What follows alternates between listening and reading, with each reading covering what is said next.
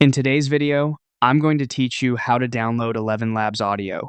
By the end, you'll know exactly where to click so you can save a clean audio file to your computer without hunting through menus. Start by heading to the Elevenlabs homepage. Open your browser and go to the app's home screen. This brings you into your workspace where your voices and projects live.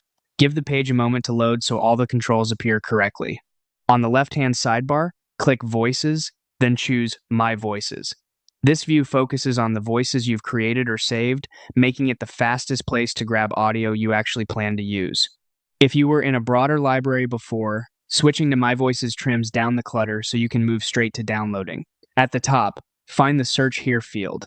Click into it and type the name of the voice or keywords you use to keep things organized. Search is especially helpful if you have a lot of variations. It filters the list in real time so you don't have to scroll.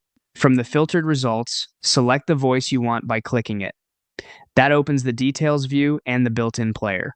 Before you download, tap play for a quick preview to confirm it's the right voice and reading. This tiny check saves time later by avoiding the wrong take. Now look for the download icon. You'll see it next to the play controls or at the bottom of the page depending on your layout. Click the download icon and your browser will start saving the audio file.